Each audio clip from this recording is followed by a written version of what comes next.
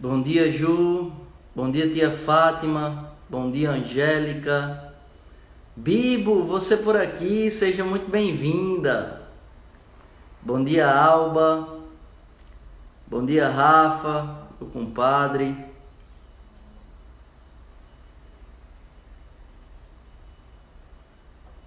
Bom dia, Amandinha. Gente, vai apertando no coraçãozinho aí que tá do lado, que é para os seguidores serem notificados que a live da Lectio Divina tá começando. Então vai apertando o dedinho no coraçãozinho aí, ó. Empurra esse dedo no coraçãozinho aí. Vai apertando no coraçãozinho enquanto as pessoas vão chegando pra gente começar a nossa Lectio Divina. Hoje mais um dia juntos para fazer a leitura orante da palavra. Bom dia, Silvia. Vai lá, mete o dedo no coração que é para o pessoal ser notificado de chegar. Bom dia, Ingrid.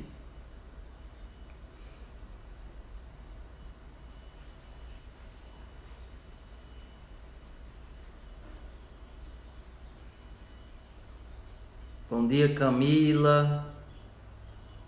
Iradalva, Sagrada Família PMJP. Bom dia, Pareia. Minha pareia Livinha. Bom dia, minha amiga. Bom dia, Jana.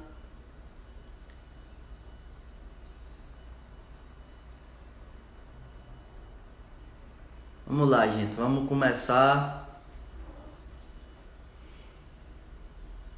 Vamos fazer a nossa oração inicial, tá certo?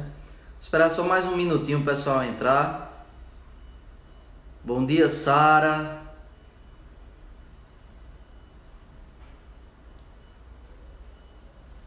Isso, empurra o dedo no coração aí que é pra todo mundo chegar. A gente já vai iniciar a nossa oração e fazer a nossa Lectio.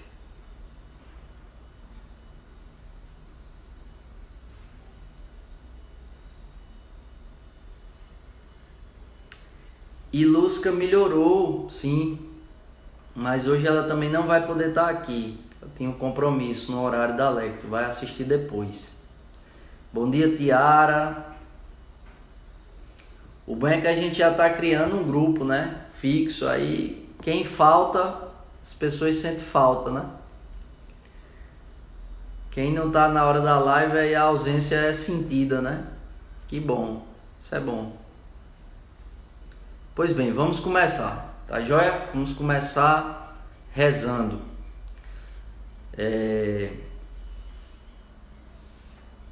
Bom dia, Aninha. Seja bem-vinda, minha irmã.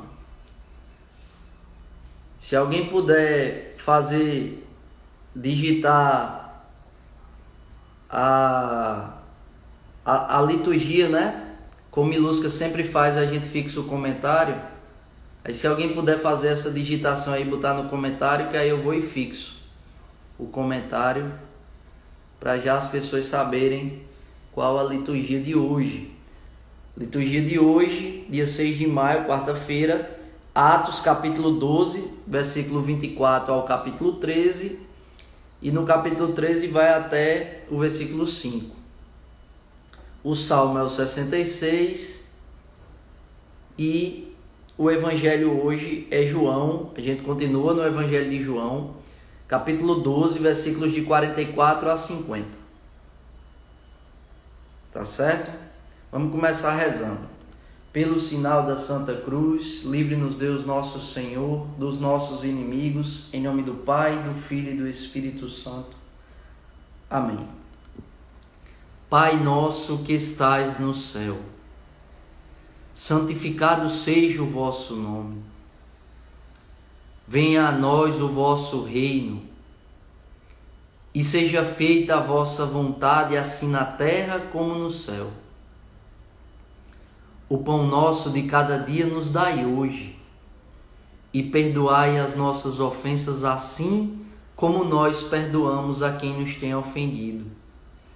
Não nos deixeis cair em tentação, mas livrai-nos do mal. Amém. Ave Maria, cheia de graça, o Senhor é convosco.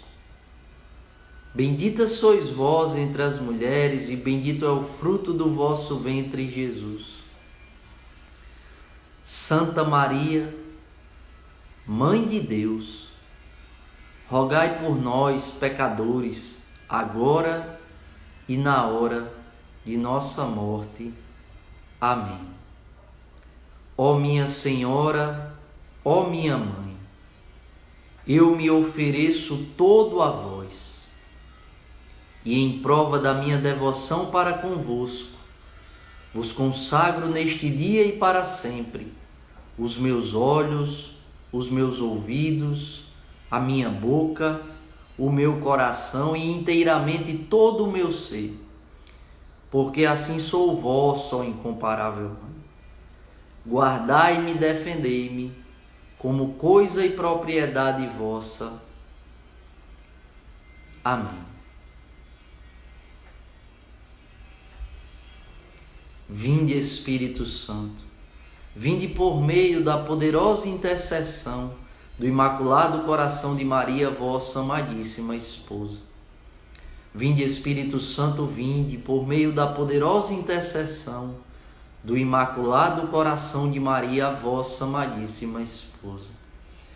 Vinde, Espírito Santo, vinde por meio da poderosa intercessão do Imaculado Coração de Maria, vossa amadíssima esposa. Vinde, Espírito Santo, enchei os corações dos vossos fiéis e acendei neles o fogo do vosso amor. Enviai, Senhor, o vosso Espírito, e tudo será criado, e renovareis a face da terra. Oremos. Deus, que instruíste os corações dos vossos fiéis com a luz do Espírito Santo, fazei que apreciemos retamente todas as coisas, segundo o mesmo Espírito, e gozemos sempre de sua consolação. Por Cristo Senhor nosso. Amém. Vem, Espírito Santo, e livra-nos de toda distração, de toda dispersão. Faz do nosso coração um espaço favorável, onde a palavra de Deus ela seja acolhida e guardada e possa transformar aquilo que precisa ser transformado, curar aquilo que precisa ser curado, libertar daquilo que precisa ser liberto e dar ao nosso coração, à nossa alma, à nossa vida, frutos e frutos de vida. Inspira-nos, Senhor, concede-nos a unidade, enche-nos de Ti, Senhor. Dilata a nossa inteligência, amplia a nossa inteligência, ilumina a nossa consciência, para que possamos, Senhor, escutar a Tua palavra e guardá-la em nosso coração. Assim seja. Amém. Nossa Senhora de Fátima, rogai por nós. Continuamos unidos e reunidos, em nome do Pai, do Filho e do Espírito Santo. Amém. Deixa eu ver se alguém botou aqui nos comentários para eu fixar a liturgia. Está aqui, Sara colocou. Pronto, a liturgia de hoje está aí, ó. Sara colocou. Muito obrigado, Sara. E aí é só você acompanhar. Vamos pegar a primeira leitura de hoje. Está em Atos, capítulo 12, versículos 24, que é o final do capítulo 11. E a gente vai até o capítulo... A gente entra no capítulo 13 e vai até o versículo 5. Antes eu quero falar dos santos de hoje. Hoje a igreja... Quando eu peguei aqui o meu diário espiritual, hoje a igreja celebra o dia da beata Ana Rosa Gatorno. Eu nunca ouvi falar. Para você ver como a igreja tem santo, né? E a gente não conhece. Então hoje, segundo o diário espiritual aqui, é dia da beata Ana Rosa Gatorno. E tem uma frase dela que eu quero que você anote. Hoje é o dia dessa Beata Ana Rosa Gatorno, e tem uma frase dela que eu quero que você anote aí para você guardar no seu coração. A oração é a chave das graças. A oração é a chave das graças. Ela nos abre os tesouros do Senhor. Frase da Beata Ana Rosa Gatorno.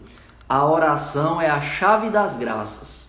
Ela nos abre os tesouros do Senhor. Então você quer conhecer, você quer receber os tesouros do Senhor, reze. Porque a oração é a chave que abre a porta de todas as graças que o Senhor quer te dar como um bom pai, um bom pastor que Ele é. Hoje também a igreja celebra o dia de um grande e pequenino santo, que é São Domingos Sávio, discípulo de Dom Bosco, de São João Bosco. São Domingos Sávio, você anotou a frase da Beata? A oração é a chave das graças. Ela nos abre os tesouros do Senhor. Beata Ana Rosa Gatorno. São Domingos Sávio, como eu falava, ele é uma criança que ele foi uma criança que desde muito cedo ele entrou no oratório. O que é o oratório? Era o grupo de formação integral de Dom Bosco, né? São João Bosco, Dom Bosco. E ele criou um amor, ele se apaixonou muito fortemente por Jesus Cristo, né? Por Jesus e por Nossa Senhora Auxiliadora. A devoção de São Domingos Sávio era Nossa Senhora Auxiliadora. E ele era muito diligente, ele lutava com todas as suas forças, criança, para não pecar. E aí tem uma frase dele, o grande brado de São Domingos Sávio, que é conhecido e ecoado pela igreja mundo afora, é que ele falava o seguinte: antes morrer do que pecar. Eu quero que você anote também. Do jeito que você anotou a frase de Beata Ana Rosa Gatorno, você vai anotar a frase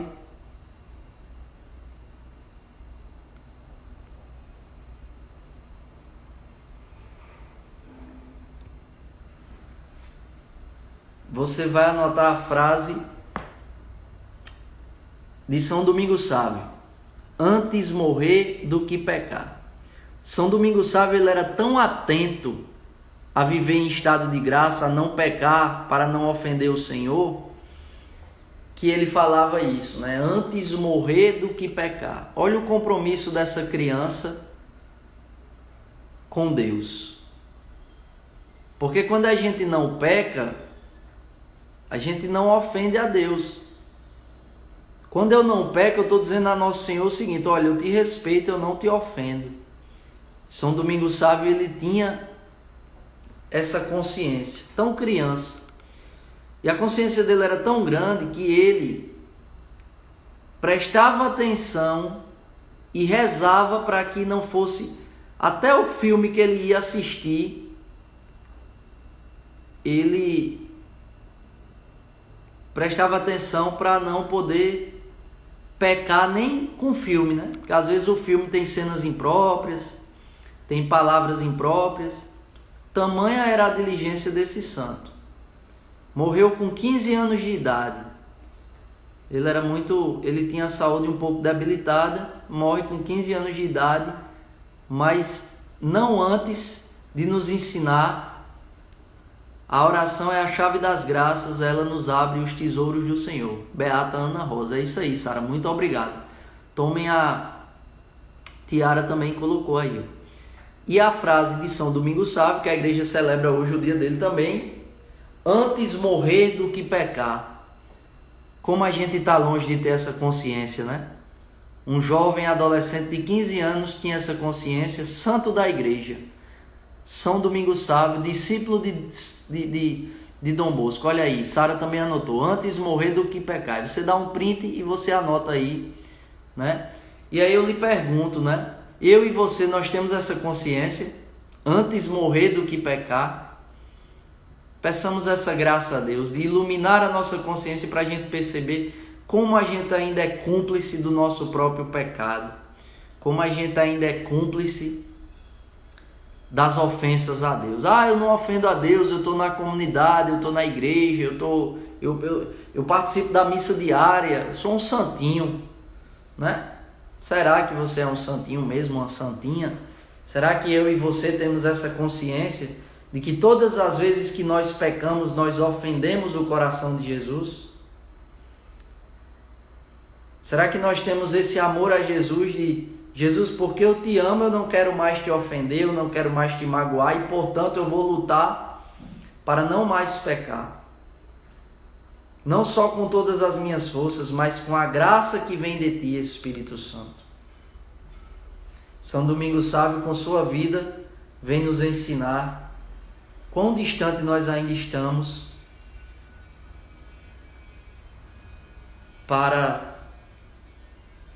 de ter essa consciência, de santidade. Mas busquemos, né? O nosso papel é rezar e pedir essa graça a Deus, de cada vez mais ter um coração que ama ao Senhor, que não ama o pecado, mas que ama ao Senhor. Vamos lá, a primeira leitura de hoje, Atos, capítulo 12, versículo 24 até o versículo 5 do capítulo 13. Entretanto, a palavra de Deus crescia e se multiplicava. Quanto a Barnabé e Saulo, depois de se terem desempenhado do seu ministério em Jerusalém, regressaram, levando consigo João, cognominado Marcos. Havia em Antioquia, na igreja local, profetas e doutores: Barnabé, Simeão, cognominado Níger, ou Negro, Lúcio de Cirene e ainda Manaém, companheiro de infância do tetrarca Herodes, e Saulo. Celebrando eles o culto em honra do Senhor e jejuando, disse-lhes o Espírito Santo: Separai para mim Barnabé e Saulo, para a obra a qual os destinei. Então, depois de terem jejuado e orado, impuseram-lhes as mãos e despediram-nos. Enviados, pois, pelo Espírito Santo, eles desceram até Seleucia, de onde navegaram para Chipre. Chegados a Salamina, puseram-se a anunciar a palavra de Deus nas sinagogas dos judeus. Tinham também João como auxiliar. Palavra do Senhor, graças a Deus. Essa palavra, ela narra, pois é, Ju, bom dia, E Lusca não teve ontem porque teve uma crisezinha de coluna. E hoje ela também não teve que tem uma coisa para fazer na hora e hoje também não. Mas amanhã ela tá de volta. É o que eu estava dizendo. A gente tá criando um grupo tão fiel aí de 30, 33 pessoas que quando um falta, a ausência é sentida, né? Olha, essa palavra de hoje, essa primeira leitura de hoje, ela narra a volta de São Paulo e São Barnabé para Antioquia, para a igreja de Antioquia, porque eles tinham ido a Jerusalém.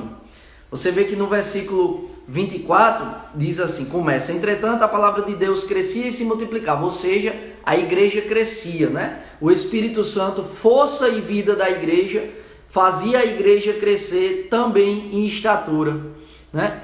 E aí a palavra de Deus crescia e se multiplicava. No versículo 25, que é o seguinte, diz: Quanto a Barnabé e Saulo, depois de se terem desempenhado do seu ministério em Jerusalém.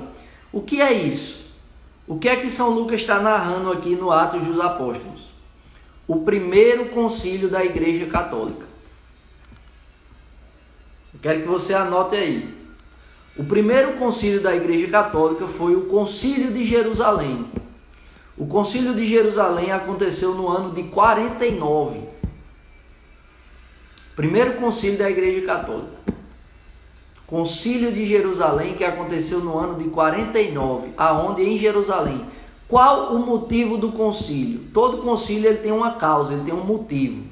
O motivo do concílio de Jerusalém era que os judeus convertidos ao cristianismo, eles queriam que os pagãos que fossem convertidos ao cristianismo fizessem a circuncisão, né? Cortar lá o crepúsculo do cidadão. E São Paulo e São Barnabé, na época Barnabé e Saulo, não concordavam com isso. Então eles foram até Jerusalém conversar com os apóstolos e debater sobre o tema, perceba, vou repetir, os judeus convertidos ao cristianismo, eles queriam que os pagãos que fossem se convertendo ao cristianismo, fossem também realizados neles a circuncisão. E Paulo e Barnabé não concordavam com isso. Estavam em Antioquia.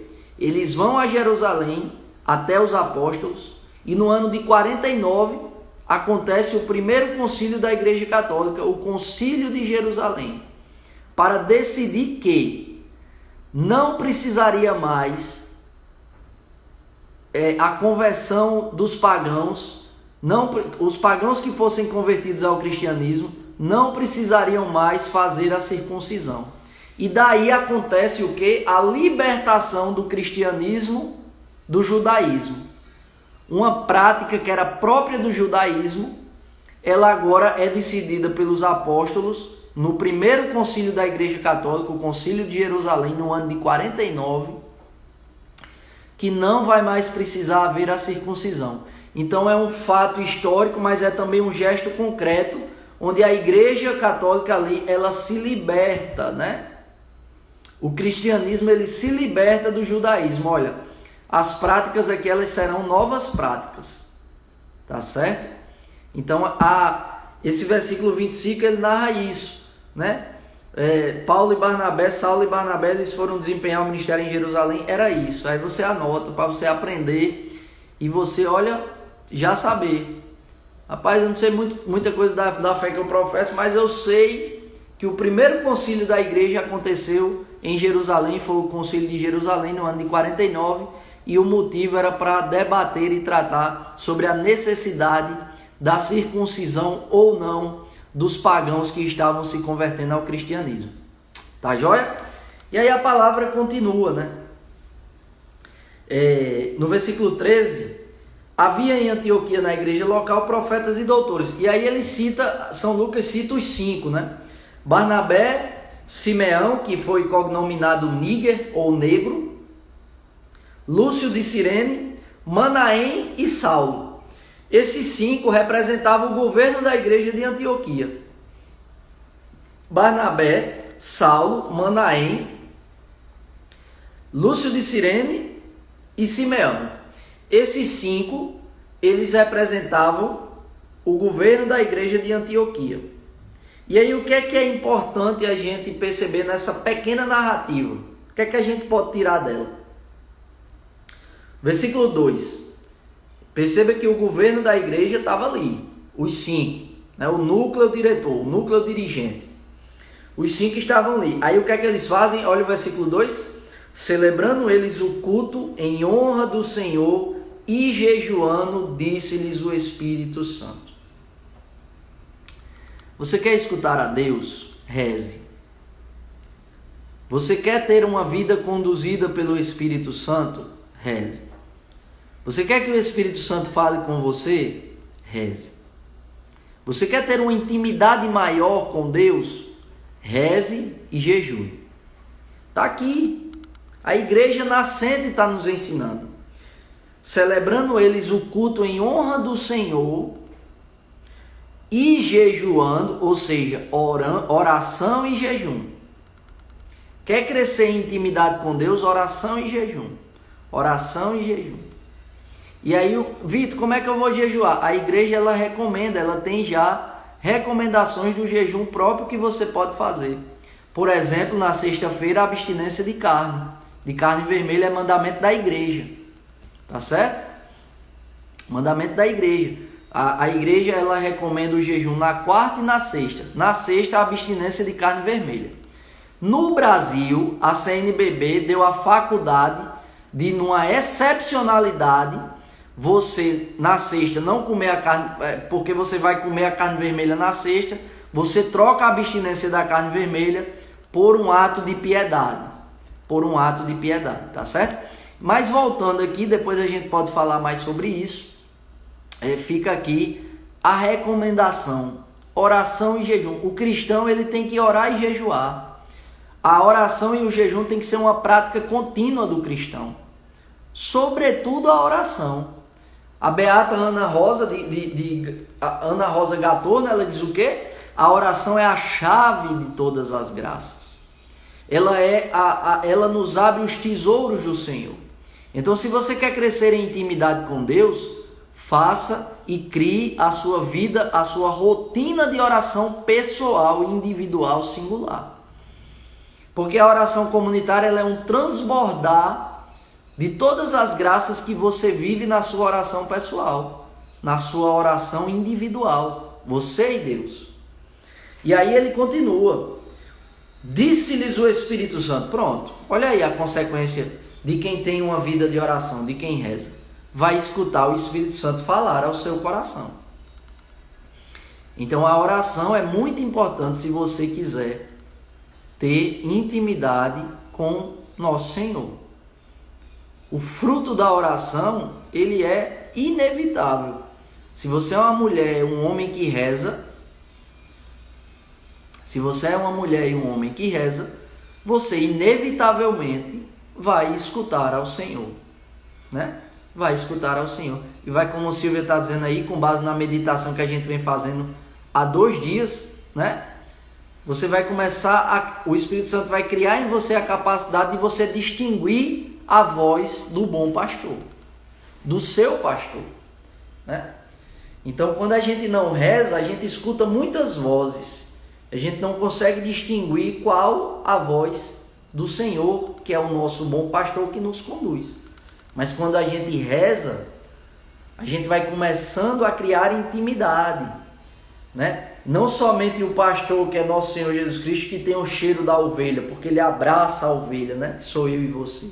Mas a ovelha também começa a adquirir o cheiro do seu pastor. A gente começa a ganhar esse sabor, a gente começa a ganhar esse cheiro de Cristo, né? Que é o nosso bom pastor, né? São José Maria Escrivá também fala, né? Um cristão sem oração é um soldado sem armas, que é uma frase que tem sido replicada pelo nosso Papa Francisco. Então está aí a importância da oração nas nossas vidas, tá certo? Um cristão que pretende viver a caminhada sem rezar, ele vai ficar pelo meio do caminho, e isso é inevitável. E aí, o que é que o Espírito Santo fala para aqueles 5 que estavam reunidos? Separai para mim Barnabé e Saulo para a obra a qual os destinei.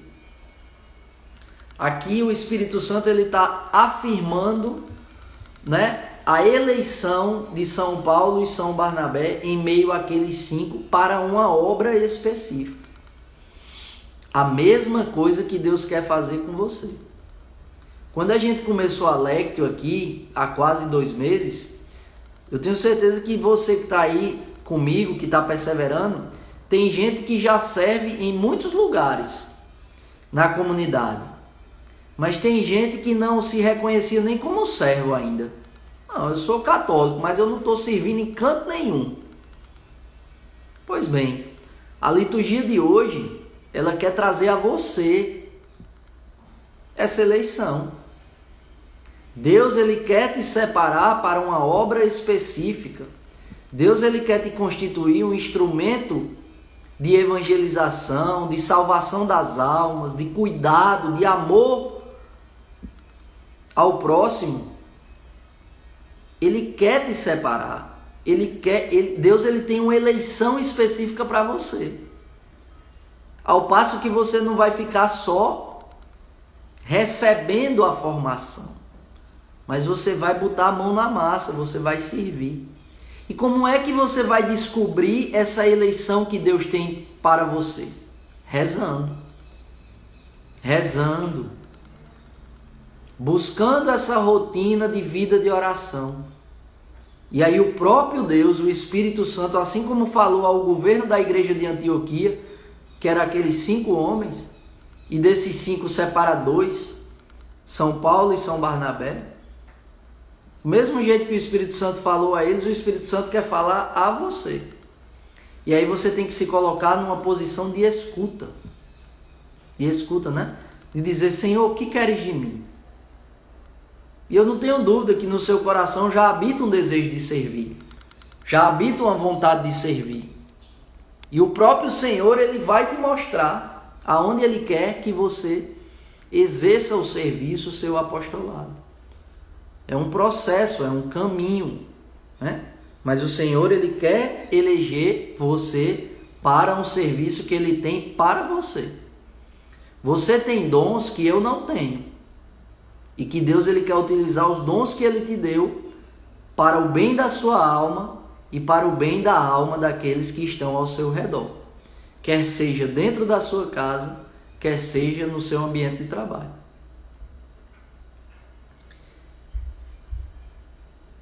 Então, depois de terem jejuado e orado, impuseram-lhes as mãos e despediram-nos. Pronto, está aqui o envio, né? Aqui nas primeiras comunidades cristãs era um costume essa imposição de mãos, né? Era como que a comunidade se reunia para jejuar e orar por aqueles que iam ser enviados em missão. Porque hoje em dia, gente, é muito fácil evangelizar. Aliás, é muito menos difícil. Hoje a gente tem um celular, a gente faz live, a gente tem um microfone, a gente tem uma caixa de som, a gente tem um lugar próprio para fazer as santas missas, as adorações, os grupos de oração, o seminário de vida no Espírito Santo. Mas naquela época era no gogó e não tinha lugar não. Entendeu? Era na raça, era na força e na coragem, na parresia do Espírito Santo. E é essa parresia que nós devemos pedir uns aos outros. Nós devemos pedir ao Espírito Santo uns para os outros, ou melhor dizendo. Eu e você, a gente tem que pedir essa parresia dos primeiros cristãos. Que eu pregue o Evangelho com a minha vida no momento oportuno e inoportuno. Que eu possa ter esse altruísmo, esse coração que se alegra com o envio de um missionário, né? Que eu reze pelos meus irmãos de missão. Se eu estou lá na pastoral de rua, que eu adquira o hábito de rezar pelos irmãos que servem comigo na pastoral de rua, para que eles sejam profetas na vida das pessoas que eles têm contato. Rezar uns pelos outros também é um chamado que Deus nos faz. E faz a mim e a você através da liturgia de hoje.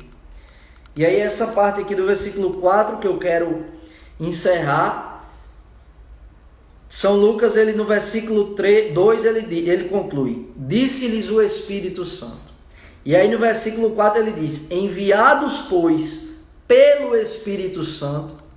Olha a ênfase que o autor do livro dos Atos dos Apóstolos, São Lucas, sempre dá à ação concreta do Espírito Santo. Disse-lhes o Espírito Santo: enviados, pois, pelo Espírito Santo. Aí no versículo que não faz parte da liturgia, mas se você pegar lá no versículo 9, que continua, aí vai dizer: então Paulo, repleto do Espírito Santo. São Lucas, ele dá ênfase para mostrar que quem conduz a igreja é o Espírito Santo. Não são os nossos achismos, não são as nossas convicções, mas quem conduz a igreja, a força da igreja, a mão forte do Senhor, a voz do Senhor, do Cristo ressuscitado, é o Espírito Santo. Então, quando é que a gente acerta sendo igreja? Quando estamos repletos do Espírito Santo. É o Espírito Santo quem conduz a igreja. É o Espírito Santo do Cristo ressuscitado que conduz a igreja. Como eu falava ontem, a respeito do que Barnabé tinha feito. Barnabé não se sente dono da igreja. Nós não somos donos da igreja. Nós não somos donos da comunidade. Não. A comunidade é de Cristo. A comunidade, a igreja é de Cristo. Eu não posso me sentir dono da obra, porque a obra é de Cristo. E quem governa essa obra é o Espírito Santo do Cristo ressuscitado, a quem seguimos, a quem servimos. Nós somos servos, não somos senhores da obra. O Senhor da obra, quem conduz a obra, é o Espírito Santo, está aqui. São Lucas, ele dá ênfase à presença e à ação concreta do Espírito Santo para nos ensinar, para ensinar a mim e a você. Se eu vou servir, eu tenho que estar repleto do Espírito Santo. E como é que eu estou repleto do Espírito Santo? Quando eu rezo, Como é que eu estou repleto do Espírito Santo? Quando eu não estou na vida de pecado. Quando eu luto para não pecar, para permanecer em estado de graça. E quando eu caio, quando eu peco, quando eu cometo o pecado por causa das minhas fragilidades, das minhas fragmentações, das minhas fraquezas, eu vou lá, peço a graça ao Espírito Santo no arrependimento verdadeiro, me confesso e sigo rezando e lutando para permanecer em estado de graça, para estar repleto do Espírito Santo e deixar que o Espírito Santo governe a minha vida e governe a obra que eu faço parte. Seja um grupo de oração, seja um núcleo, seja uma paróquia, seja a comunidade Filhos da Misericórdia, ou qualquer comunidade que porventura você faça parte. E aí conclui no versículo 5, chegados a Salamina, puseram-se a anunciar a palavra de Deus nas sinagogas dos judeus. São Paulo ele tinha uma tática. Ele pregava primeiro para os judeus. Ele pregava, a prioridade da pregação de São Paulo era os judeus. Quando os judeus recusavam a palavra, aí ele pregava para os gentios, para os pagãos.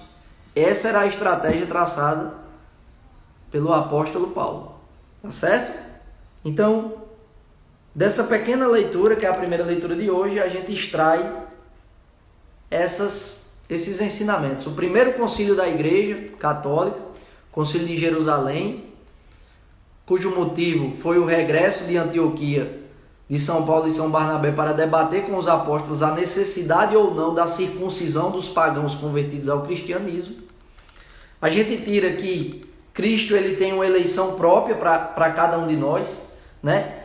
Se você está aqui perseverando na lectio divina,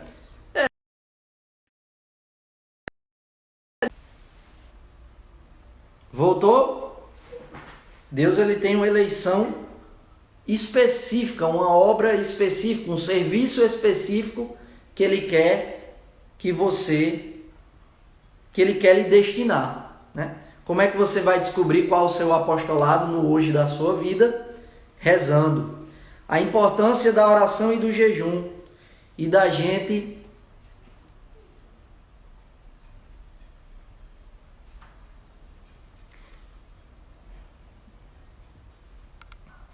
amém, né? Então Deus que ele possa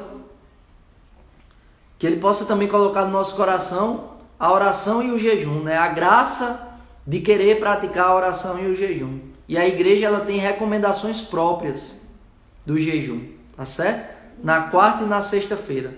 Na sexta-feira, sobretudo, o mandamento da igreja. Tá no catecismo, tá lá não vou me lembrar o dispositivo agora, mas está no catecismo da Igreja Católica, o mandamento da igreja, a abstinência de carne vermelha na sexta-feira. A CNBB, só aqui no Brasil tem isso, né? A CNBB, ela dá a faculdade de você se abster, você vai para uma festa, para um casamento, alguma coisa, excepcionalmente. Tá cortando aí para vocês, gente? Só concluir esse raciocínio aí, excepcionalmente você faz o quê? Você troca a abstinência de carne vermelha por um ato de piedade, mas isso tem que ser uma exceção, não uma regra, né? Tá cortando ainda, porque se tiver ruim, eu encerro a live e começo outra. Vocês que dizem. Como é que tá? Melhorou?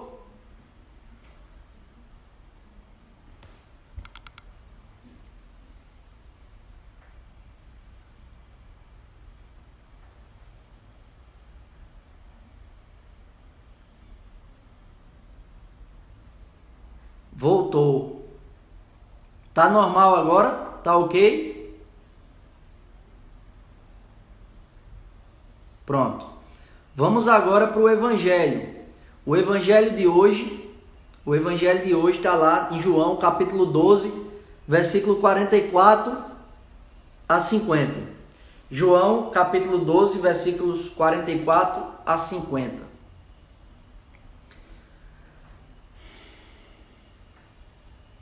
Evangelho de Nosso Senhor Jesus Cristo, narrado segundo São João. Glória a vós, Senhor.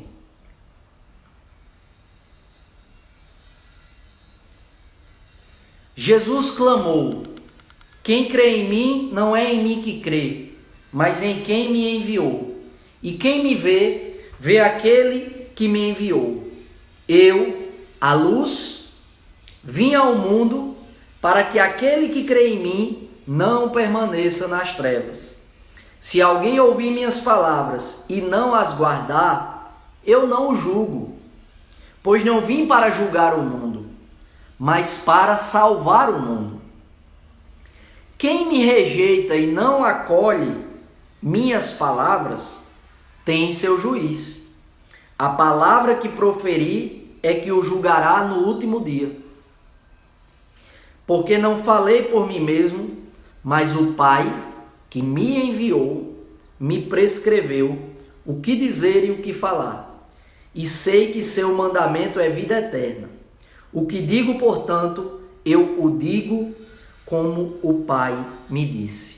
Palavra da salvação, glória a vós, Senhor.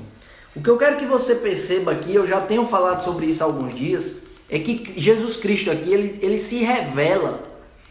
O mistério que é Cristo, ele se revela como a imagem do Pai. Versículo 45. Quem me vê, vê aquele que me enviou.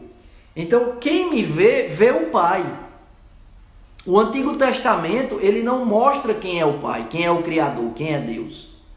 Moisés pergunta a Deus, né? Quem é você? Ele diz, eu sou aquele que sou. O Antigo Testamento, ele não tem essa capacidade de nos comunicar quem é Deus. É o Novo Testamento inaugurado pela pessoa de Jesus Cristo, Deus, que diz, antes que Abraão fosse, eu sou. Eu sou, quem crê em mim, não é em mim que crê, mas naquele que me enviou.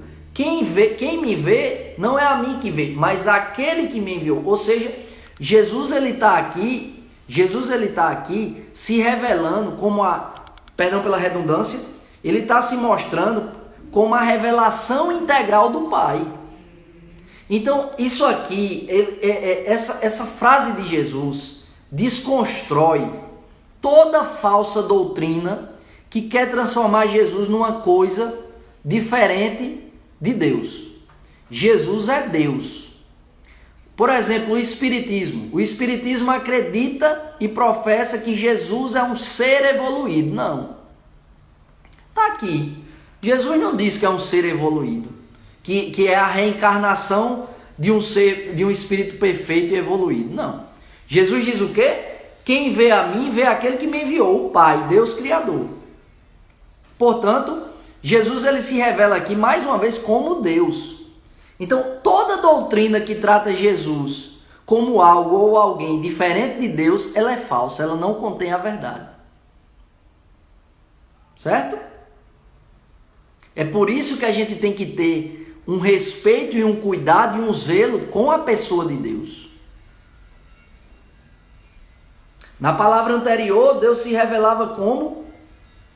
Deus falava, né? A gente percebe esse movimento trinitário. Primeiro dogma da Igreja Católica.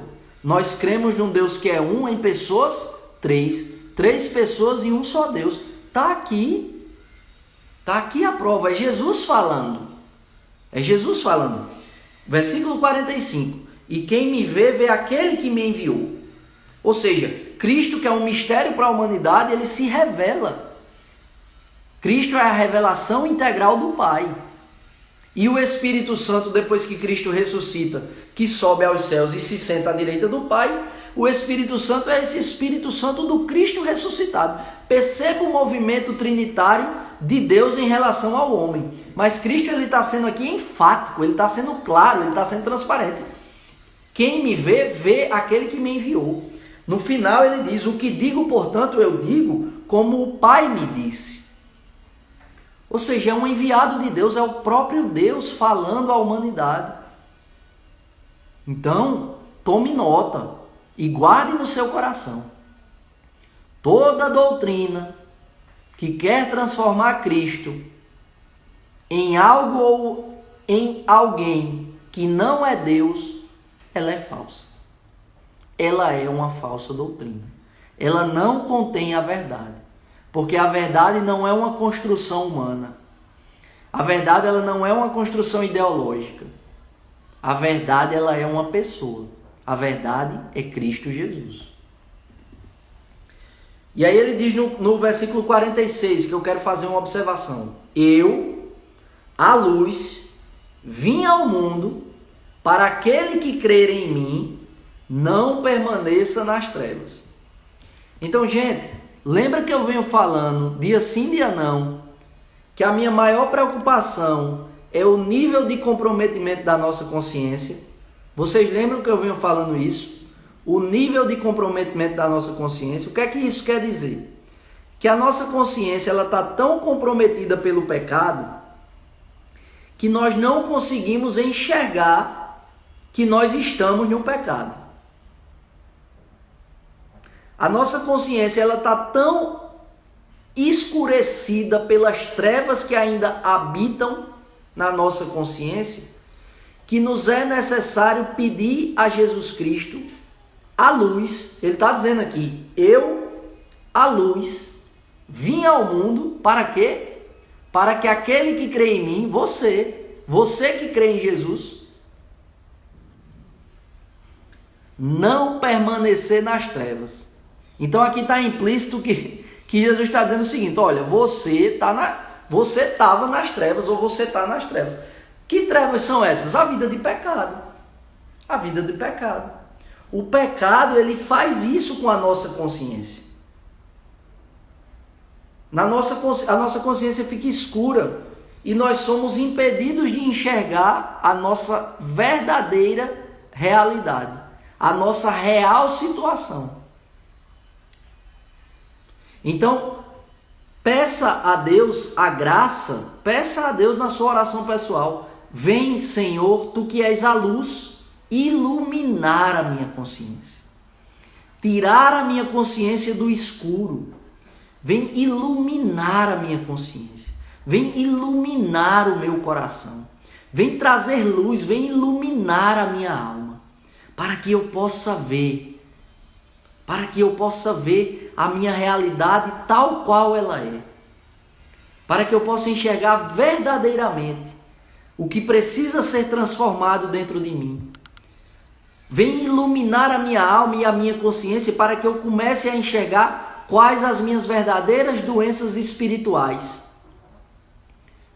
Como é que eu vou ser curado de uma doença espiritual se eu não tenho consciência que eu a possuo? Aí tem um monte de gente padecendo na gula, padecendo na mentira, padecendo na luxúria, mas não faz a mínima ideia de que está padecendo de uma doença espiritual. Então o que é que você deve pedir? Espírito Santo do Cristo ressuscitado, ilumina a minha consciência, ilumina o meu coração, ilumina a minha alma, para que eu enxergue quais as doenças espirituais que eu possuo e o Senhor possa vir curar cada uma delas e me libertar de cada uma delas, para que não seja mais somente o meu corpo doente, mas a minha alma doente que seja curada pela força, pela graça, pelo poder, pelo amor e pela misericórdia do Espírito Santo do Cristo ressuscitado. Essa deve ser a nossa oração. E aí no versículo 48, no versículo 47 ele diz: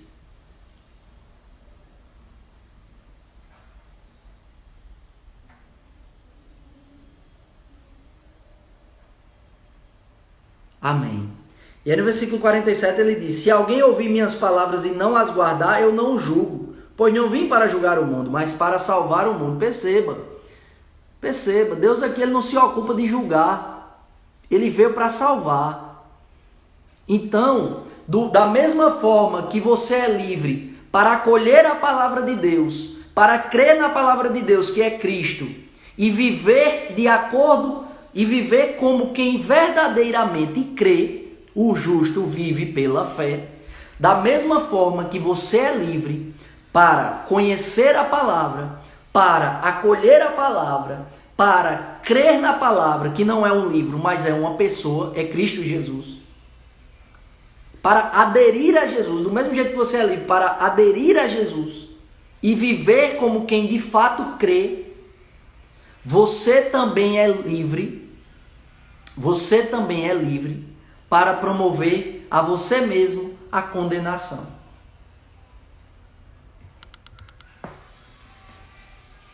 É por isso que quando uma alma vai para o inferno, Jesus ele sabe que fez tudo o que podia fazer, sendo Deus, para salvar aquela alma. A condenação, ela vem das nossas próprias atitudes. É essa a verdade que Deus quer dizer. Eu não julgo, eu vim para salvar. Agora, versículo 48. Quem me rejeita e não acolhe minhas palavras tem seu juiz. 2 pontos. Quem é o juiz? A palavra que proferi é que o julgará no último dia. Então, se eu até digo que creio na palavra de Deus, mas vivo de um modo que dá testemunho de que eu não creio, eu estou me condenando. Não é Cristo. Eu estou me condenando. A mesma liberdade que eu tenho para aderir a Cristo e viver conforme Cristo me ordena que eu viva e seja salvo, é a mesma liberdade que eu tenho para promover em mim a condenação.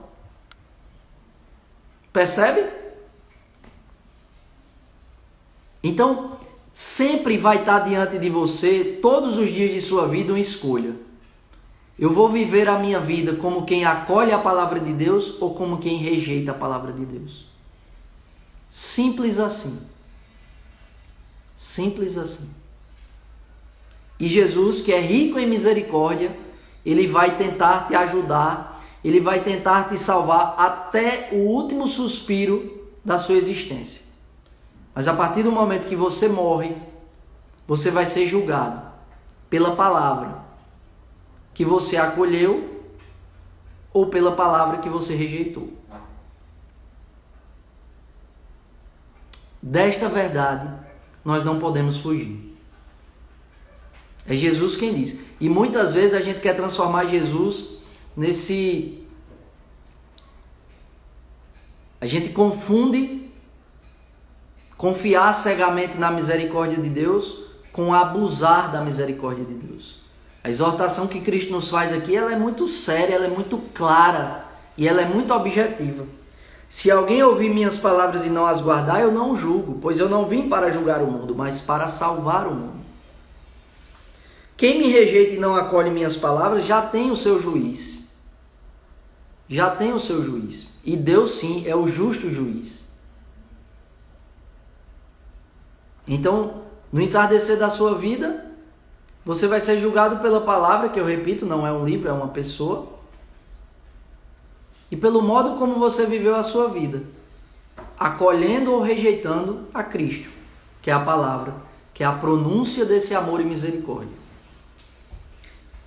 E aí no versículo 49 ele diz: porque não falei por mim mesmo, mas o Pai que me enviou me prescreveu o que dizer e o que falar. Mais uma vez, Jesus se revela como Deus e não como um homem qualquer.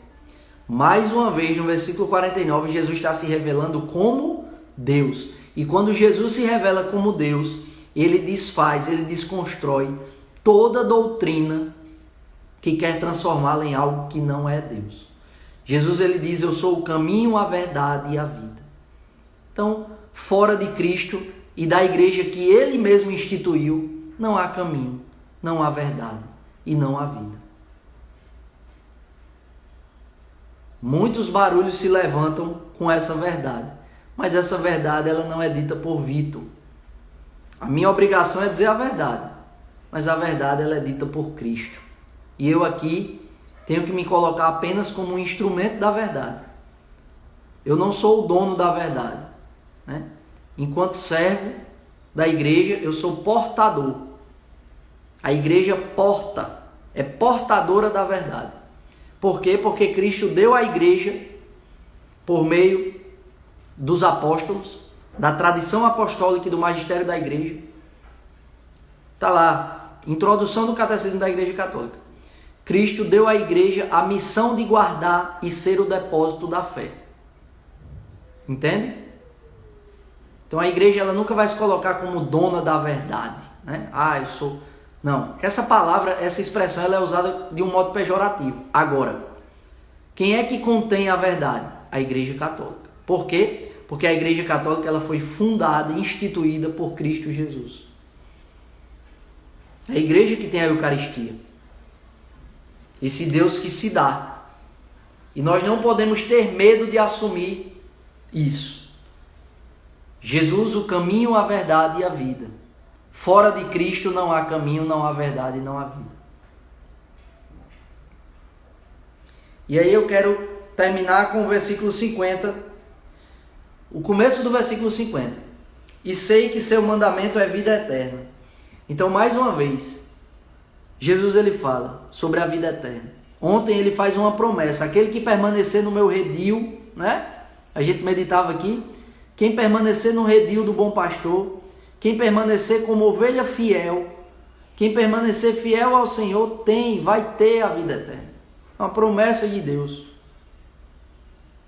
E aqui de novo ele fala, eu sei que o mandamento do Pai é a vida eterna. Portanto, o meu coração, o seu coração, ele deve ter o meu e o seu, o nosso coração, os nossos olhos, o nosso olhar, ele deve mirar prioritariamente uma coisa, a vida eterna. Eu vou encerrar a lectio hoje dizendo isso. O nosso coração, o nosso olhar, ele deve mirar prioritariamente uma coisa, a vida eterna. Todas as outras coisas devem merecer o nosso olhar secundário. E o secundário ele não deixa de ser importante. Ele é importante. Mas o nosso olhar primeiro, o nosso olhar primário, o nosso olhar prioritário deve mirar a vida eterna. O justo vive pela fé. E a nossa fé está em Cristo Jesus, que nos prometeu o maior bem que nós podemos ter, a vida eterna. A salvação da sua alma e a salvação das almas dos da sua casa. Amém? Hoje a tarefinha de casa ela é muito simples. Você vai fazer a sua oração pessoal e você vai rezar com uma música chamada Fica Senhor Comigo. Fica Senhor Comigo é uma oração de São Padre Pio, nosso santo inspirador, que foi musicada por Celina Borges, cantora católica. Então, a tarefa de casa hoje, você vai fazer a sua oração pessoal rezando com essa música, Fica Senhor Comigo, de Celina Borges, tá joia? Uma oração musicada de Padre Pio. Nossa Senhora de Fátima, rogai por nós. Continuamos unidos e reunidos, em nome do Pai, do Filho e do Espírito Santo. Amém. Siga a programação da comunidade, tá joia? Nós temos uma programação aí muito boa para você. E até amanhã às 9 horas a gente tá aqui pela misericórdia do Senhor. Fiquem com Deus.